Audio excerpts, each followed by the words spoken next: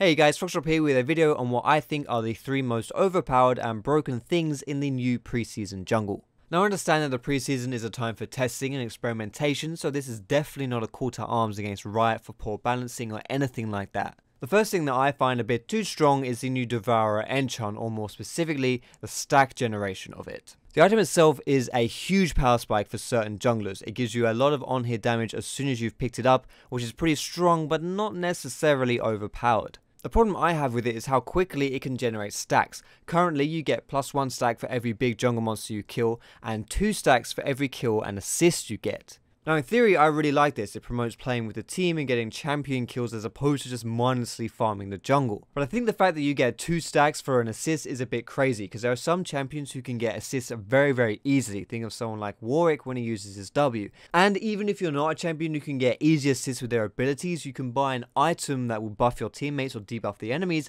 that will grant you easy assists. The ones that come to mind would be like Randuin's, Lockett, or that new Shurelya's item. In my opinion, I think it would be a bit better if the Devourer only gave you 1 stack for an assist, but we'll wait and see what happens. The second thing, which I think is way too strong, is the Ranger's Trailblazer. As a smite upgrade, this provides you way too much. It gives you 4 different benefits, and all of these benefits are universal, generalized things, meaning that this item is good in every situation for every champion. The whole point of the new jungle items is to give you different options for different situations, and that's kind of flawed when you have one which you just literally cannot go wrong with if you buy it. Right now, it reduces your smite's cooldown, it heals you for a percentage of missing health and mana, it does 50% of its damage as AoE, and it stuns everything that it hits. You could easily remove 2 of these benefits and it would still be a really strong item, and that's not even talking about the fact that it reduces your smite's cooldown, which is a huge deal. In this new jungle where everything is so strong and that you get benefits for smiting stuff, having a lower cooldown smite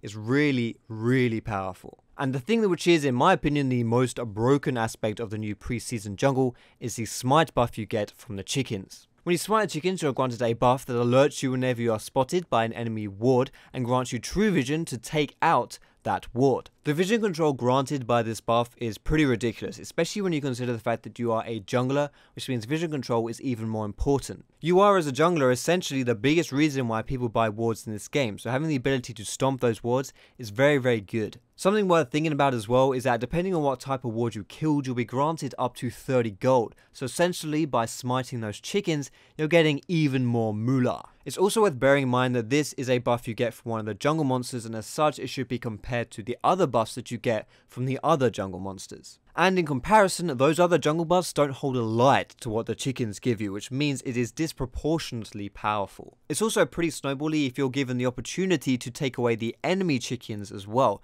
meaning you'll be able to stomp 2 wards and the enemy jungler won't be able to stomp anything. I feel like if the chicken buff simply just alerted you to whenever you're spotted by a ward, that in itself would be really strong and maybe even too powerful. The fact that you're then granted true vision to kill the ward off is ridiculously strong. So that's my opinion on the top 3 overpowered stuff of the pre-season 5 jungle. If you did like this video, feel free to give it a thumbs up, and you can subscribe to me for more educational league content and to learn more about the season 5 jungle. You can also find me on Facebook and on Twitter, and catch me streaming on Twitch too. All of those links are in the description. But thanks so much for watching this video, guys. Have a great day, and I will see you in my next video.